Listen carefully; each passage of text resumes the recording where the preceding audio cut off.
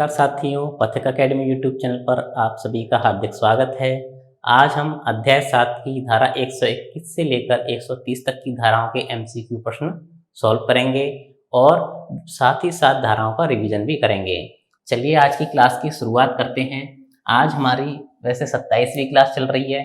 उम्मीद करता हूँ आप लगातार क्लासेस देख रहे होंगे और आपको निश्चित तौर पर फायदा हो रहा होगा। यदि आपको क्लासेस पसंद आ रही हैं तो प्लीज़ वीडियो को लाइक और कमेंट जरूर कीजिए। चलिए शुरू करते हैं। पहला प्रश्न देखते हैं। पहला प्रश्न है, कराधान से संबंधित अपीलों का प्रावधान है। ऑप्शन ए धारा 121, ऑप्शन बी धारा 122, ऑप्शन सी धारा 123, ऑप्शन डी कोई नहीं। इस प्रश्न का सही जवाब हो जाएगा ऑप्शन ए धारा 121। अगला प्रश्न है, धारा 121 के अधीन अपील की जा सकती है। ऑप्शन ए कर निर्धारण के विरुद्ध, ऑप्शन बी कर निर्धारण में परिवर्तन के विरुद्ध, ऑप्शन सी ए और बी दोनों, ऑप्शन डी कोई नहीं। इस प्रश्न का सही जवाब हो जाएगा ऑप्शन सी ए और बी दोनों। अगला प्रश्न है, धारा 121 के अधीन अपील की जा सकती है। ऑप्शन ए कलेक्टर से, ऑप्शन बी राज्य सरकार द्वारा सशक्त प्राधिकारी से, ऑप्शन सी ए और बी दोनों, ऑप्शन डी कोई नहीं। इस प्रश्न का सही जवाब हो जाएगा ऑप्शन सी ए और बी दोनों। धारा 121 की बात करें तो इसमें कराधान से संबंधित अपीलों के बारे में बात की गई है।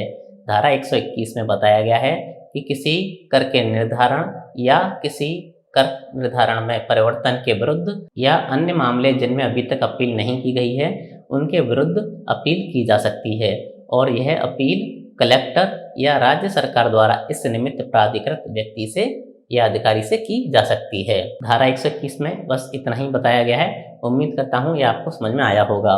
चलिए बढ़ते हैं अगले प्रश्न की तरफ। परिसीमा और दावाकृत कर का पूर्व निक्षेप का प्रावधान है। ऑप्शन ए धारा 121, ऑप्शन बी धारा 122, ऑप्शन सी धारा 123, ऑप्शन डी धारा 124।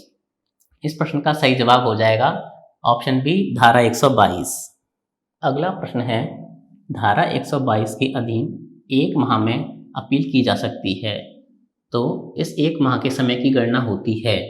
ऑप्शन ए भवन कर के मामले में आदेश की तारीख से, ऑप्शन बी अन्य कर के मामले में नोटिस प्राप्ति की तारीख से, ऑप्शन सी कर निर्धारण की प्रथम मांग की तारीख से, ऑप्शन डी उपरोक्त सभी। तो इस प्रश्न का सही जवाब हो जाएगा ऑप्शन डी उपरोक्त सभी। अगला प्रश्न है, नगरपालिका अधिनियम संशोधन 2010 के अनुसार कितनी दावाकृत रकम जमा कराने पर अपील सुनी जाएगी। Option A 5%, option B 10%, option C 15%, option D 25%। तो ये प्रश्न का आंसर आपको नगरपालिका अधिनियम संशोधन 2010 के अनुसार देना है कि कितनी दावाकृत रकम जमा कराने पर अपील सुनी जाएगी। तो इस प्रश्न का सही जवाब हो जाएगा ऑप्शन डी 25%। अगला प्रश्न है, धारा 122 में अपील के लिए निर्धारित समय है। ऑप्शन ए 30 दिन, ऑप्शन बी 45 दिन, 60 दिन, ऑप्शन डी कोई नहीं। तो इस प्रश्न का सही जवाब हो जाएगा ऑप्शन ए 30 दिन। अब धारा 122 के बारे में चर्चा कर लें। धारा 121 के अधीन हम जिन अपीलों को करने की बात कर रहे हैं, तो धारा 122 में बताया गया है कि उन अपीलों को कब कब किया जा सकता है, किस स्थिति में उन अपीलों को सुना जाएगा और किन में नहीं। तो धारा 122 में बताया गया है कि आपके द्वारा की गई अपील या अपीलकर्ता के द्वारा की गई अपील को तब ही सुना जाएगा जब यदि भवन, भूमि या दोनों के कर के मामले में आदेश की तारीख से 1 माह के भीतर भीतर यदि अपील की जाए और इस 1 माह की गणना में उस समय को छोड़ दिया जाता है जो आदेश की प्रति पहुंचने में अपेक्षित समय होता है, उसको छोड़ दिया जाता है। जैसे हमने क्लास में भी डिस्कस कर लिया था। उम्मीद करता हूं वह आपको समझ में आ गया होगा। अगला बताया गया है कि अन्य कर के मामले में नोटिस प्राप्त होने की तारीख से 1 माह के भीतर भीतर अपील करनी होती है और यदि नोटिस ना दिया गया हो तो उस स्थिति में जब आपसे कर निर्धारण की प्रथम मांग की जाएगी उस तारीख से 1 माह के भीतर भीतर आपको अपील करनी होगी। यदि आप 1 माह के बाद अपील करते हैं तो इस प्रकार से वह अपील नहीं सुनी जाएगी। और आगे इस धारा में दूसरा पॉइंट यह भी आता है, जो अगर मूल अधिनियम की अपन बात करें तो उसमें बताया गया था कि अपीलकर्ता के द्वारा दावाकृत रकम को नगर पालिका कार्यालय में जमा कराना होगा, उसके बाद ही अपील सुनी जाएगी। अर्थात जो क्लेम्ड रकम है, दावाकृत रकम है, वह अपीलकर्ता द्वारा पहले पूरी नगर पालिका कार्यालय में जमा करानी होगी, उसके बाद ही अपील सुनी जाएगी। और उसी में एक बात और कही गई थी, यदि अपील प्राधिकारी चाहे तो बिना रकम जमा कराए या रकम का कुछ हिस्सा जमा कराकर भी अपील को सुन सकता है। लेकिन इस दूसरे पॉइंट का अधिनियम के संशोधन 2010 में बदल दिया गया है और उसमें यह निर्धारित किया गया कि यदि जो दावाकृत रकम है उसका 25% अपीलकर्ता यदि नगरपालिका कार्यालय में या प्राधिकृत व्यक्ति को जमा कराता है तब ही अपील सुनी जाएगी, जिसे हमने इस प्रश्न में डिस्कस कर लिया। धारा 122 के अंदर इसी के बारे में बताया गया है। आशा करता हूँ आपको यह धारा 122 समझ में आई होगी। यदि आपको वीडियो पसंद आ रहा है तो वीडियो को लाइक और कमेंट जरूर करें। अगला प्रश्न है, धारा 123 में खर्चे का प्रावधान है, इस खर्चे का संबंध है ऑप्शन ए कर, ऑप्शन बी शुल्क, option C appeal, option D कोई नहीं। तो इस प्रश्न का सही जवाब हो जाएगा ऑप्शन सी अपील। धारा 123 में अपील से संबंधित खर्चे का प्रावधान है।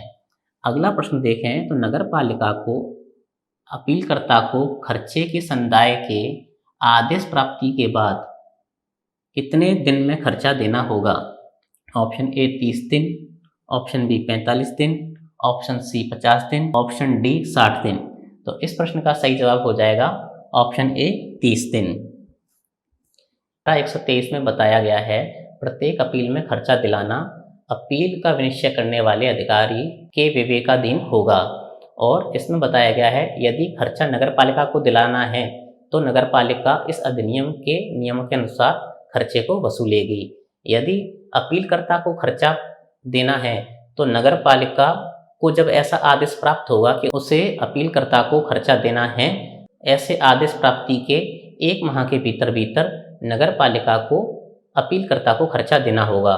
यदि नगरपालिका 1 माह के भीतर भीतर खर्चा देने में विफल रहती है तो इस स्थिति में खर्चे दिलाने वाला अधिकारी नगरपालिका निधि के अतिशेष की अभिरक्षा में लगे हुए व्यक्ति को आदेश दे सकती है कि वह अपीलकर्ता को रकम का भुगतान करे।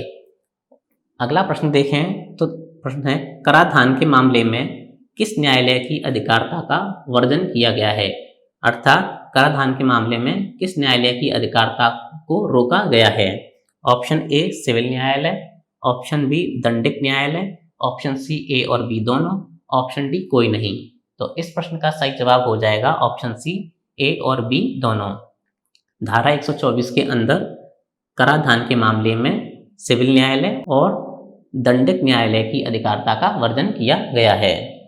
अगला प्रश्न है, कर निर्धारण को अपास्त या उपांतरित करने का अंतिम आदेश किसका होगा। ऑप्शन ए अपीलकर्ता, ऑप्शन बी अपील प्राधिकारी, ऑप्शन सी ए और बी दोनों, ऑप्शन डी कोई नहीं। तो इस प्रश्न का सही जवाब हो जाएगा ऑप्शन बी अपील प्राधिकारी। अगला प्रश्न है, अपील प्राधिकारी कितने दिवस के भीतर अपने आदेश का पुनर्विलोकन कर सकता है। ऑप्शन ए 30 दिन, 45 दिन, ऑप्शन सी 60 दिन, ऑप्शन डी 90 दिन।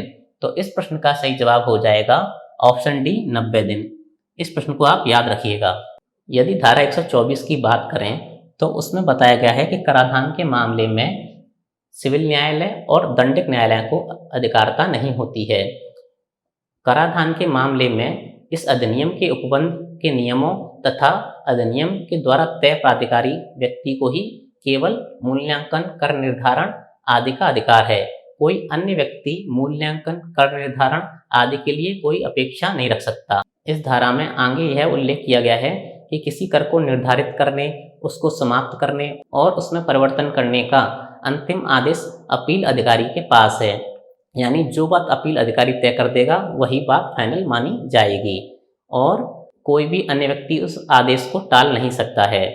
और इस धारा में अंतिम और लास्ट पॉइंट यह है, यदि अपील अधिकारी किसी आवेदक के द्वारा या स्वप्रेरणा से उसको ऐसा लगे कि उसने जो आदेश पारित किया है उसमें कोई त्रुटि या कमी है या वो परिवर्तन करना चाहता है, तो वह स्वयं अपने आदेश में परिवर्तन कर सकता है और उसका समय दिया गया है। जिस तिथि को उसने आदेश पारित किया है उस तिथि के 3 माह के भीतर भीतर वह उस आदेश का पुनर्विलोकन कर सकता है।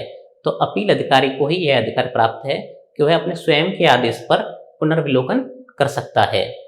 यह धारा 124 के अंदर बताया गया है। अगला प्रश्न है, धारा 125 में प्रावधान है ऑप्शन ए गृह कर, ऑप्शन बी खर्चे, ऑप्शन सी व्यावृत्तियां, ऑप्शन डी कराधान। तो इस प्रश्न का सही जवाब हो जाएगा ऑप्शन सी व्यावृत्तियां, अर्थात सेविंग्स का प्रावधान धारा 125 में दिया गया है। अगला प्रश्न देखिए, कोई नोटिस, बिल या अन्य दस्तावेज निम्न कारण से अविधिमान्य नहीं होगा। ऑप्शन ए नाम, निवास स्थान, कारोबार और वस्तु के वर्णन में भूल, ऑप्शन बी लेखन में गलती, ऑप्शन सी ए और बी दोनों, ऑप्शन डी कोई नहीं। तो इस प्रश्न का सही जवाब हो जाएगा ऑप्शन सी ए और बी दोनों। धारा 125 में बताया गया है कि कोई भी कर निर्धारण सूची या कोई अन्य सूची या कोई नोटिस या बिल या कोई अन्य दस्तावेज जिसका संबंध किसी प्रकार के कर से, फीस, शुल्क या किराए से हो, अगर इस प्रकार के किसी दस्तावेज में निम्न गलतियां हो जाएं, जैसे मान लीजिए नाम, निवास स्थान, कारोबार या कोई वस्तु है उसके वर्णन को गलत लिख दिया जाए या गलती से लेखन में गलती हो जाए, मिसप्रिंट हो जाए, तो ऐसी स्थिति में उस दस्तावेज को, नोटिस को, बिल को या जो कराधान की कर की सूची है उनको अविधिमान्य नहीं माना जाएगा, अर्थात उनकी मान्यता खत्म नहीं होगी। यदि आपके नाम से बिल है और उस पर आपका नाम गलती से बाय मिस्टेक गलत प्रिंट हो गया है तो इसका मतलब यह नहीं कि आपको बिल नहीं भरना पड़ेगा, आपको बिल भरना पड़ेगा और वह बिल विधिपूर्ण होगा। यह धारा 125 के अंदर बताया गया है। अगला प्रश्न है, दायित्व प्रकट करने की बाध्यता का प्रावधान है। ऑप्शन ए धारा 123, ऑप्शन बी धारा 124, ऑप्शन सी धारा 125, ऑप्शन डी धारा 126। तो इस प्रश्न का सही जवाब हो जाएगा ऑप्शन डी धारा 126। धारा 126 के अंदर दायित्व प्रकट करने की बाध्यता का प्रावधान है। अगला प्रश्न देखें, धारा 126 के अधीन मांगी जानकारी ना देने पर या गलत देने पर जुर्माना है। ऑप्शन ए 500 रुपये तक, ऑप्शन बी 1000 रुपये तक, ऑप्शन सी 2000 रुपये तक, ऑप्शन डी कोई नहीं। तो इस प्रश्न का सही जवाब हो जाएगा ऑप्शन बी 1000 रुपये तक। धारा 126 की बात करें तो उसमें बताया गया है कि मुख्य नगर पालिका अधिकारी या उसके द्वारा अन्य प्राधिकृत अधिकारी नगर पालिका के किसी निवासी से कुछ जानकारियां मांग सकता है। वह जानकारियां इस प्रकार हो सकती हैं कि वह निवासी से पूछ सकता है कि वह कर के लिए दायी है या नहीं। वह किसी निवासी से स्वामी का पता और निवास स्थान के बारे में पूछ सकता है और वह रकम के बारे में भी निवासी से पूछ सकता है जिस पर कर का निर्धारण होना है। इन सभी को हमने क्लास में विस्तार से समझ लिया था। यदि निवासी मांगी गई सूचना को नहीं देता है या गलत सूचना देता है तो उस स्थिति में 1000 रुपये तक का जुर्माना निवासी पर लगाया जा सकता है। अगला प्रश्न है, धारा 127 में कर वसूलने का दायित्व है। ऑप्शन ए मुख्य नगर पालिका अधिकारी, ऑप्शन बी प्राधिकृत अधिकारी, ऑप्शन सी ए और बी दोनों, ऑप्शन डी कोई नहीं। तो इस प्रश्न का सही जवाब हो जाएगा ऑप्शन सी ए और बी दोनों। तो धारा 127 की बात करें तो इसमें बताया गया है कि धारा 102 और 103 के अधीन जो कर आते हैं उनको वसूलने का उत्तरदायित्व मुख्य नगर पालिका अधिकारी या उसके द्वारा प्राधिकृत अधिकारी का होगा। अगला प्रश्न देखें, कर के बिल प्रस्तुत करने का प्रावधान है। ऑप्शन ए धारा 125, धारा 126, धारा 127, धारा 128। तो इस प्रश्न का सही जवाब हो जाएगा ऑप्शन डी धारा 128। अगला प्रश्न देखिए, निम्न के लिए बिल प्रस्तुत किया जाएगा। ऑप्शन ए अध्याय के नियमों के तहत वसूल राशि, ऑप्शन बी नगर पालिका संपत्ति का किराया, ऑप्शन सी ए और बी दोनों, ऑप्शन डी कोई नहीं। तो इस प्रश्न का सही जवाब हो जाएगा ऑप्शन सी ए और बी दोनों। धारा 128 में बताया गया है कि जब कोई रकम अध्याय के नियमों के अनुरूप नगर पालिका द्वारा वसूल की गई हो या नगर पालिका को उसकी संपत्ति के लिए किराए के रूप में कोई राशि प्राप्त हुई हो तो इनके लिए बिल प्रस्तुत किए जाएंगे, अर्थात नगर पालिका बिल जारी करेगी और अन्य व्यक्ति को बिल को चुकाना पड़ेगा। इस धारा में यह भी बताया है कि बिल प्राप्त करने के बाद दायी व्यक्ति को शीघ्र से शीघ्र उस शुल्क को नगर पालिका कार्यालय में जमा कराना पड़ेगा। अगला प्रश्न है, बिल की अंतर्वस्तु का प्रावधान है धारा 127 में, 128 में, 129 में या 130 में। तो इस प्रश्न का सही जवाब हो जाएगा ऑप्शन सी, धारा 129। धारा 129 में बिल की अंतर्वस्तु अर्थात बिल के अंदर किन किन चीज़ों को मेंशन किया जाएगा उसके बारे में धारा 129 में प्रावधान है। अगला प्रश्न है, बिल की अंतर्वस्तु हैं ऑप्शन ए बिल की कालावधि, ऑप्शन बी वस्तु जिसकी राशि का दावा किया गया हो, ऑप्शन सी संदाय के व्यतिक्रम में उपगत दायित्व, ऑप्शन डी सभी। तो इस प्रश्न का सही जवाब हो जाएगा ऑप्शन डी सभी। हमने धारा 129 में बिल की अंतर्वस्तु के बारे में देखा। तो बिल की अंतर्वस्तु के संबंध में यदि हम बात करें बिल में किन किन चीज़ों को मेंशन किया जाएगा, तो बिल में बिल की कालावधि अर्थात बिल किस समय के लिए है। जैसे इलेक्ट्रिसिटी का बिल आता है तो उसमें मेंशन किया जाता है कि वह किस महीने का है, तो कालावधि को मेंशन किया जाएगा। और बिल में जिस राशि का दावा किया गया है तो वह राशि किसके लिए ली जा रही है, तो उस वस्तु का नाम इत्यादि होना चाहिए। जैसे आप बाजार से कोई सामान इत्यादि खरीदते हो तो सभी सामान को बिल में लिखा जाता है कि किसका कितना रेट है इत्यादि। और बिल में इस चीज़ को भी मेंशन किया जाएगा, यदि आप बिल का संदाय करने में उल्लंघन करते हैं तो फिर आप पर क्या कार्रवाई की जाएगी या क्या जुर्माना वसूल किया जाएगा, इन सब के बारे में बिल के अंदर मेंशन किया जाता है। यह धारा 129 के तहत आता है। अगला प्रश्न है, मांग का नोटिस का प्रावधान है धारा 128 में, धारा 129 में, धारा 130 में, ऑप्शन डी कोई नहीं। तो इस प्रश्न का सही जवाब हो जाएगा धारा 130। धारा 130 के अंदर मांग का नोटिस का प्रावधान है। अगला प्रश्न है, बिल का संदाय कितने दिन के भीतर भीतर करना चाहिए, 10 दिन, 15 दिन, 20 दिन या 30 दिन। तो इसका सही जवाब हो जाएगा ऑप्शन बी, 15 दिन। अगला प्रश्न है, यदि नियत समय में बिल का संदाय नहीं करने पर किस अनुसूची के प्रारूप में नोटिस तामील किया जाएगा, प्रथम अनुसूची, द्वितीय अनुसूची, तीसरी अनुसूची, चौथी अनुसूची। तो इस प्रश्न का सही जवाब हो जाएगा चौथी अनुसूची। तो धारा 130 में मांग का नोटिस का प्रावधान है। इसमें बताया गया है कि जो बिल आपको नगरपालिका के द्वारा प्रस्तुत किया जाता है उस बिल का पेमेंट आप 15 दिन के अंदर अंदर करें, और बिल का पेमेंट आपको नगरपालिका कार्यालय में या फिर नगरपालिका के द्वारा जो प्राधिकृत व्यक्ति है उसको आपको पेमेंट करना होगा। यदि आप नियत समय में पेमेंट करने में विफल रहते हैं तो चौथी अनुसूची के प्रारूप में आपको नोटिस तामील किया जाएगा। तो आज की क्लास को हम यहीं समाप्त करते हैं। आज की क्लास में हमने धारा 121 से लेकर धारा 130 तक के सभी एमसीक्यू प्रश्नों को देखा, साथ ही साथ हमने धाराओं को एक बार रिवीजन भी कर लिया। उम्मीद करता हूँ क्लास आपको पसंद आई होगी।